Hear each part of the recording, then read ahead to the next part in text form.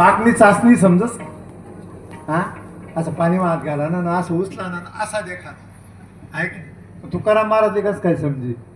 ती का बाई होती का नाही तू का म्हणे माझं कळते चाचणी बडबडीची वाणी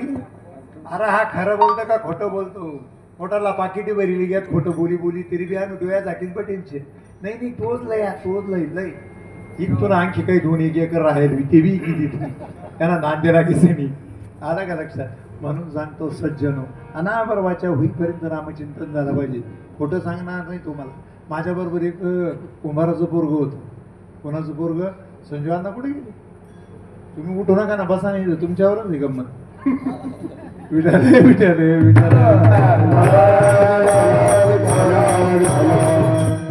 कुंभाराचं पोरग आणि मी निघालो ना काजळा माहिती अंबड तालुक्यामध्ये काजळ आहे बाबा तुम्ही गेले बीड अंबड तालुक्यामध्ये काजळ आहे काजळाच्या पुढे वाडी म्हणजे वाडीला आमचं कीर्तन होतं आता आम्ही निघालो कार्यक्रम करून डोंबिवलीहून निघालो आता सकाळी निघलो आता गणरावण्या करीत होते साधक बिचारे बाबांनी त्यांना काहीतरी 2-3 चपात्या टाकून न्यावं म्हणजे तुम्ही ते लिहून चाललेलं ही वेळ या होईल तुम्हाला मी होऊन दे भाऊ जालन्याला उतरायचं आम्हाला आणि तिथून काजळाला जायचं गेलो आम्ही तिथे पोचलो आता पोचल्यानंतर झुंजूर झाली होती झुंजूर कळतील तुम्हाला झुंजूर म्हणजे संध्याकाळ त्याच्याकडे पाहू नका तुम्ही कशात सगळ्यात चित्त वेधल्या आला का लक्षात आणि झुंजूर झालेली होती आम्ही उतरलो तिथे त्याला म्हणलं आता ते पोरगं कुंभाराचं होतं त्याला म्हणलं चाल रे बाबा तुमच्या बरोबर राहिल्यावर माणूस मरण म्हणे मी म्हणलं का बरं रे तुम्ही नुसत्या बिस्लरीच्या पाणीवर सगळं ते राहू म्हणे आम्हाला कसं परवडणार मातीशी कुस्त्या खेळणार लोक मी म्हणलं मग आता काय करतो तो म्हणे आपल्याकडून काही चालवलं जात नाही एस टीने बनवलेलं शेड आहे या फाट्यावर मी पडतो तुम्ही कीर्तन करून या रात्री एखादी रात्राने धरून निघून जाऊ म्हणे आपण आता पाण्यावर का जगणं व्हाय ना तुमच्याबरोबर मी त्याच्या रावण्या पाहुण्या गेलं म्हणून भाऊ तू पाया पडतो ते पकवाज वाजत होतं आमच्या का नाही सारखे ते पोरगं त्याला कसं तरी नेलं आणि असं खाली खड्ड्यात गेलो आम्ही खड्ड्यात गेल्यानंतर आम्हाला दिवा चमकला एक लाईट तो म्हणे बाबा इथं कोणीतरी हाय वा म्हणे तुम्ही एक करत करत 5-7 लाईट दिसायला लागली म्हणलं दिसू दे ना मग काय फरक पडतो पंगत बिंगत आहे का काय झाली म्हणे म्हणजे त्याचं ध्यान कशावर जेवण तो म्हणे पंगतच असेल बा गेलो आम्ही पार तर खरंच पंगत निघली सारी तिथं कुठं त्यांनी जसं म्हणलं तसं गेलो तर ते कपडे काढून भोजन होतं ब्राह्मण भोजन ते जानवं गुंडाळे तो म्हणे बाबा एक बोलू का याचा पाहुणा त्याचा पाहुणा आपण सतवून जाऊ म्हणे त्यांच्यामध्ये ह्या म्हणे बसून म्हणलं देख भाऊ तू मधार जाऊ नको म्हणतो आताच बीट मागे तो म्हणे तुम्ही बसा त्या कोपऱ्याला मी पार मध्ये सेंटरला जाऊन बसल म्हणे त्यांनी बी काढलं भाऊ शर्ट आमच्या बी गळ्यामध्ये फॅन बेल्ट होता तो कपडे काढले बसलो आता सगळं झालं पाणी फिरवायची वेळ आली साली सगळ्यांनी शिद पाणी फिरवलं ते पोरगं उलट चाक फिरून घागर बनवायचं ते त्या पोराकडून उलट पाणी फिरवलं ते उलट पाणी फिरवल्याबरोबर ते शेजारचं ब्राह्मण म्हणाल ब्राह्मण आहेस का कुमार आहे मला तुझा टेन्शन बाबा ओळखीला हो ओळखीला असं शेपाला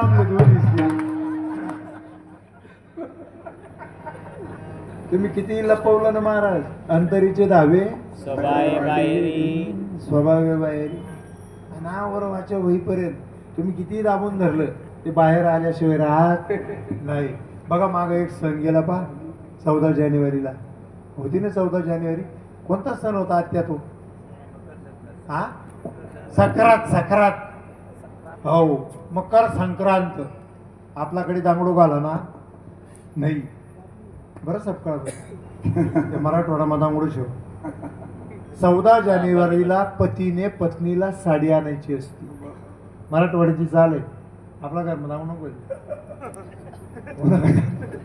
हा आणि नेमकी त्या 14 जानेवारीच्या दिवशी त्या ताईला त्यांनी साडी आणली आता साडी आणल्यानंतर ताई 4 वाजता सजल्या आहात बट मग चमकी चमकी भरी भरी ताईने साडी नेशी निघली ताई बाहेर हाय गेली माहिती गेली माती गेली माहिती गेली माती आळ माहितीच आळमा ताईले काही कोणी साडी इचेरी भुरी कुत्री पाळली होती मी एवढीच कुत्री मंदारशी बांधली त्या कुत्रीच्या शेपटीवर पाय ठेवला बापूजी तिने कुत्रीच्या शेपटीवर पाय ठेवल्याबरोबर कुत्री क्याम करून उठली क्याम केल्याबरोबर क्याम तरी काय करते 1650 ला आणली पप्प्याच्या पप्पारी मध्ये ओ बापरे म्हणतो कुत्रीले का होईना पण सांगीच भाऊ कारण अंतरीचे धावे अनावर वाचा होईपर्यंत नामचिंतन पाहिजे. माझी मज झाली अनावर वाचा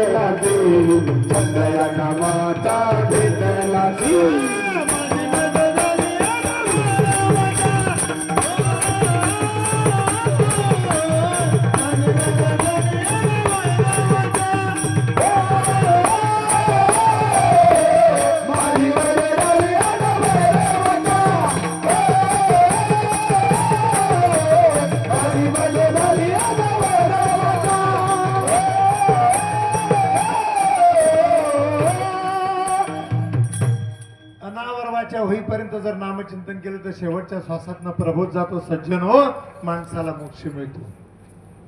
2 तासापासून भोगतोय. यदा कदाचित तुम्ही खोटं सांगावं नाही. तुम्ही हे इथलं सांगेल जर नाही ऐकलं ते म्हणा बापनं काही जावावं तर